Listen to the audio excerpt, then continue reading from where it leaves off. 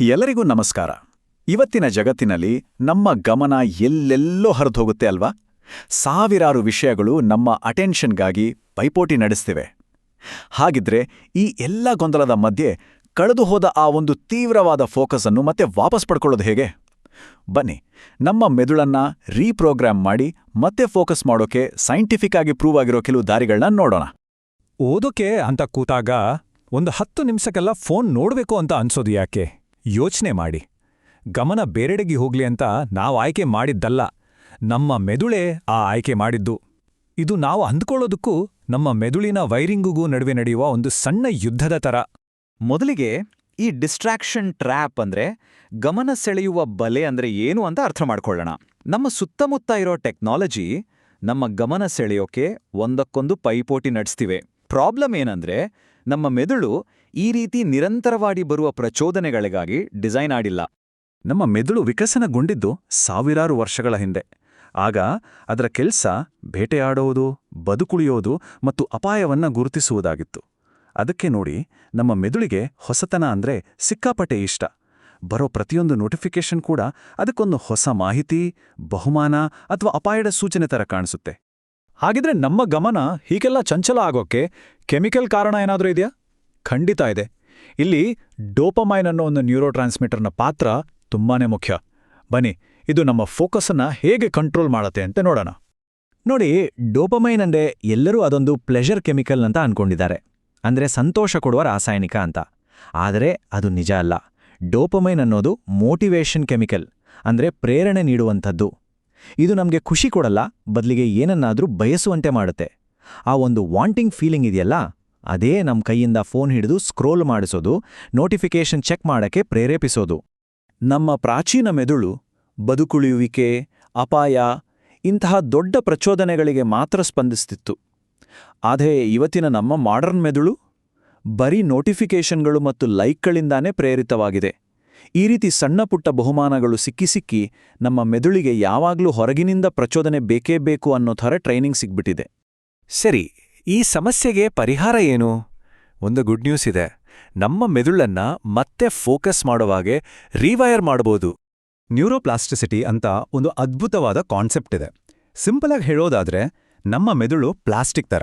ನಾವು ಪದೇ ಪದೇ ಮಾಡೋ ಕೆಲಸಗಳು, ಆಲೋಚನೆಗಳಿಗೆ ತಕ್ಕಂತೆ ಅದು ತನ್ನ ರಚನೆಯನ್ನು ಬದಲಾಯಿಸ್ಕೊಳ್ಳುತ್ತೆ. ಅಂದ್ರೆ ನಮ್ಮ ಮೆದುಳು ಕಲ್ಲಲ್ಲ, ಅದನ್ನ ನಾವು ಬದಲಾಯಿಸ್ಬೋದು. ಇದನ್ನ ನೆನ್ಪಿನಲ್ಲಿ ಇಟ್ಕೊಳ್ಬೇಕು. ಏಕಾಗ್ರತೆ ಅನ್ನೋದು ಹುಟ್ಟಿನಿಂದ ಬರೋ ವರವಲ್ಲ, ಅದೊಂದು ಕೌಶಲ್ಯ. ಹೇಗೆ ನಾವು ಜಿಮ್ಮಿಗೆ ಹೋಗಿ ಮಸಲ್ ಬಿಲ್ಡ್ ಮಾಡ್ತೀವೋ ಹಾಗೇನೆ ಟ್ರೈನಿಂಗ್ ಮೂಲಕ ನಮ್ಮ ಫೋಕಸ್ ಅನ್ನೋ ಸ್ಕಿಲ್ ಅನ್ನು ಕೂಡ ಬೆಳೆಸ್ಕೊಳ್ಬೋದು. ಓಕೆ, ಹಾಗಿದ್ರೆ ಈ ಫೋಕಸ್ ಸ್ಕಿಲ್ ಅನ್ನು ಬೆಳೆಸ್ಕೊಳ್ಳೋಕೆ ಸೈನ್ಸ್ ಹೇಳುವ 3 ಪ್ರಾಕ್ಟಿಕಲ್ ಸಿಸ್ಟಮ್ಸ್ ಬಗ್ಗೆ ಈಗ ನೋಡೋಣ. ಮೊದಲನೇ ಟೆಕ್ನಿಕ್ ಡೋಪಮೈನ್ ರೀಸೆಟ್ ರುಟೀನ್. ಇದರ ಮುಖ್ಯ ಉದ್ದೇಶ 60 ನಿಮಿಷಗಳ ಸಂಪೂರ್ಣ ಫೋಕಸ್ಡ್ ಟೈಮ್. ಈ ಸಮಯದಲ್ಲಿ ನಾವು ನಮ್ಮ ಮೆದುಳನ್ನ ಹೊರಗಿನ ಎಲ್ಲಾ ಪ್ರಚೋದನೆಗಳಿಂದ ದೂರ ಇಟ್ಟು ಅದಕ್ಕೆ ಒಂದು ರೀತಿ ರೀಸೆಟ್ ಬಟನ್ ಒತ್ತಿದ ಹಾಗೆ. ಇದನ್ನ ಮಾಡೋದೇಗೆ? ಸಿಂಪಲ್. ಒಂದು 60 ನಿಮಿಷದ ಟೈಮರ್ ಸೆಟ್ ಮಾಡಿ, ಫೋನ್, ನೋಟಿಫಿಕೇಶನ್, ಲಿರಿಕ್ಸ್ ಇರೋ ಹಾಡು, ಹೀಗೆ ಹೊರಗಿಂದ ಬರೋ ಎಲ್ಲಾ ಡೋಪಮೈನ್ ಮೂಲಗಳನ್ನ ಕಟ್ ಮಾಡಿ. ಮೊದಲಿಗೆ ಸ್ವಲ್ಪ ಕಷ್ಟ ಆಗ್ಬೋದು, ಆದರೆ ಸುಮಾರೊಂದು 15 ನಿಮಿಷ ಆದಮೇಲೆ ನಮ್ಮ ಮೆದುಳಿನ ಫೋಕಸ್ ಕಂಟ್ರೋಲ್ ಮಾಡೋ ಪ್ರೀಫ್ರಂಟಲ್ ಕಾರ್ಟೆಕ್ಸ್ ಅನ್ನೋ ಭಾಗ ಆಕ್ಟಿವೇಟ್ ಆಗುತ್ತೆ. ಆಮೇಲೆ ನೋಡಿ, ಆಳವಾದ ಏಕಾಗ್ರತೆಯ ಸ್ಥಿತಿಗೆ ಹೋಗ್ತೀರಾ.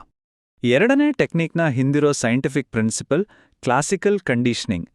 ಇದರ್ಥ 2 ವಿಷಯಗಳನ್ನ ಪದೇ ಪದೇ ಒಟ್ಟಿಗೆ ಜೋಡಿಸಿದಾಗ ನಮ್ಮ ಮೆದುಳು ಅವೆರಡರ ಮಧ್ಯೆ ಒಂದು ಸ್ಟ್ರಾಂಗ್ ಕನೆಕ್ಷನ್ ಬೆಳೆಸ್ಕೊಳ್ಳುತ್ತೆ. ಇದನ್ನೇ ನಾವು ಆಂಕರ್ ಹ್ಯಾಬಿಟ್ ಬೆಳೆಸ್ಕೊಳ್ಳೋಕೆ ಬಳಸ್ಬೋದು. ಹೇಗೆ ಅಂದ್ರೆ, ಓದುವಾಗ ಮಾತ್ರ ಹಾಕೊಳ್ಳೋಕೆ ಒಂದು ನಿರ್ದಿಷ್ಟ ಹುಡಿ ಅಥವಾ ಒಂದು ಸ್ಪೆಸಿಫಿಕ್ ಸೆಂಟ್ ಇರೋ ಕ್ಯಾಂಡಲ್ ಹಚ್ಕೊಳ್ಳೋದು, ಇಲ್ಲಾಂದ್ರೆ ಫೋಕಸ್ ಮಾಡೋಕೆ ಅಂತಾನೆ ಒಂದು ಪ್ಲೇಲಿಸ್ಟ್ ರೆಡಿ ಮಾಡ್ಕೊಳ್ಳೋದು. ಇದನ್ನ ಓದುವಾಗ ಮಾತ್ರ ಬಳಸೋದ್ರಿಂದ ದಿನ ಕಳೆದಂತೆ ಮೆದುಳು ಈ ವಸ್ತುವನ್ನ ಫೋಕಸ್ ಜೊತೆ ಲಿಂಕ್ ಮಾಡುತ್ತೆ. ಆಮೇಲೆ ಆ ವಸ್ತುವನ್ನ ಬಳಸಿದ ತಕ್ಷಣ ಮನಸ್ಸು ಫೋಕಸ್ ಮಾಡೋಕೆ ರೆಡಿಯಾಗ್ಬಿಡುತ್ತೆ. 3ನೇ ಟೆಕ್ನಿಕ್ 2 ಮಿನಿಟ್ನ ಮೊಮೆಂಟಮ್ ನಿಯಮ. ಇದರ ಹಿಂದಿರುವ ಒಂದು ಸೈಕಾಲಜಿ ಏನ್ ಗೊತ್ತಾ? ನಮ್ಮ ಮೆದುಳು ಕೆಲಸ ಶುರು ಮಾಡೋದನ್ನ ದ್ವೇಷಿಸುತ್ತೆ, ಆದ್ರೆ ಶುರು ಮಾಡಿದ ಕೆಲಸವನ್ನ ಮುಂದುವರಿಸೋದು ಅದಕ್ಕೆ ಇಷ್ಟ. ಸೊ ಒಂದು ಕೆಲಸ ಶುರು ಮಾಡಕ್ಕೆ ಆಲಸ್ಯ ಆದಾಗ ಮನಸ್ಸಿಗೆ ಹೀಗೆ ಹೇಳ್ಕೊಳ್ಳಿ, ಜಸ್ಟ್ 2 ನಿಮಿಷ ಮಾಡ್ತೀನಿ ಅಷ್ಟೇ. ಒಮ್ಮೆ ಶುರು ಮಾಡಿದ್ರೆ ಸಾಕು, ಮೆದುಳಿಗೆ ಅರ್ಧಕ್ಕೆ ನಿಲ್ಸೋಕೆ ಇಷ್ಟ ಆಗಲ್ಲ, ಅದು ಅದೇ ಕೆಲಸವನ್ನ ಮುಂದುವರಿಸೋಕೆ ಪ್ರೇರೇಪಿಸುತ್ತೆ. ಹೀಗೆ ಒಂದು ಸಣ್ಣ ಹೆಜ್ಜೆ ಇಟ್ಟು ದೊಡ್ಡ ದೊಡ್ಡ ಕೆಲಸಗಳನ್ನೇ ಮುಗಿಸ್ಬೋದು. ಈ ಎಲ್ಲ ಟೆಕ್ನಿಕ್ಗಳ ಅಲ್ಟಿಮೇಟ್ ಗೋಲ್ ಏನು ಅಂದ್ರೆ ಫ್ಲೋ ಸ್ಟೇಟ್ ಅನ್ನೋ ಸ್ಥಿತಿಯನ್ನು ತಲುಪೋದು. ಇದು ಯಾವ ಸ್ಥಿತಿ ಅಂದ್ರೆ ಕೆಲಸ ತುಂಬಾನೇ ಸಲೀಸಾಗಿ ಆಗ್ತಿರುವಂಥ ಒಂದು ಮಾನಸಿಕ ಸ್ಥಿತಿ. ಇದನ್ನು ತಲುಪೋಕೆ 3 ಸೂತ್ರಗಳಿದೆ. 1, ಸ್ಪಷ್ಟವಾದ ಗುರಿ ಇರಬೇಕು. 2, ಮಾಡ್ತಿರೋ ಕೆಲಸ ಸ್ವಲ್ಪ ಚಾಲೆಂಜಿಂಗ್ ಆಗಿರಬೇಕು. 3, ಸುತ್ತಮುತ್ತ ಯಾವುದೇ ಡಿಸ್ಟ್ರಾಕ್ಷನ್ ಇರಬಾರ್ದು. ಈ 3 ಸೇರಿದಾಗ ಫೋಕಸ್ಗಾಗಿ ಹೋರಾಡೋದು ಬಿಟ್ಟು ನಾವೇ ಫೋಕಸ್ ಆಗ್ಬಿಡ್ತೀವಿ. ಸರಿ, ಇಲ್ಲಿಯವರೆಗೂ ಟೆಕ್ನಿಕ್ಸ್ ಬಗ್ಗೆ ಮಾತಾಡಿದ್ವಿ. ಈಗ ಇದಕ್ಕಿಂತ ಒಂದು ಹೆಜ್ಜೆ ಮುಂದೆ ಹೋಗಿ ಫೋಕಸ್ ಅನ್ನೋದನ್ನ ನಮ್ಮ ಐಡೆಂಟಿಟಿ ಅಥವಾ ನಮ್ಮ ಗುರುತಿನ ಭಾಗವಾಗಿ ಮಾಡ್ಕೊಳ್ಳೋದು ಹೇಗೆ ನೋಡೋಣ. ಇದೊಂದು ತುಂಬಾನೇ ಪವರ್ಫುಲ್ ಐಡಿಯಾ. ನಮ್ಮ ಇಚ್ಛಾಶಕ್ತಿಗಿಂತ ಹೆಚ್ಚಾಗಿ ನಮ್ಮ ಐಡೆಂಟಿಟಿ ನಮ್ಮ ನಡವಳಿಕೆಯನ್ನ ಕಂಟ್ರೋಲ್ ಮಾಡುತ್ತೆ. ನಾವು ನಮ್ಮನ್ನ ನಾನೊಬ್ಬ ಫೋಕಸ್ಡ್ ಪರ್ಸನ್ ಅಂತ ಅಂದ್ಕೊಳಕ್ ಶುರು ಮಾಡಿದಾಗ ನಮ್ಮ ಹ್ಯಾಬಿಟ್ಸ್ ತಾವಾಗೇ ಅದನ್ನ ಫಾಲೋ ಮಾಡೋಕೆ ಶುರು ಮಾಡುತ್ತವೆ.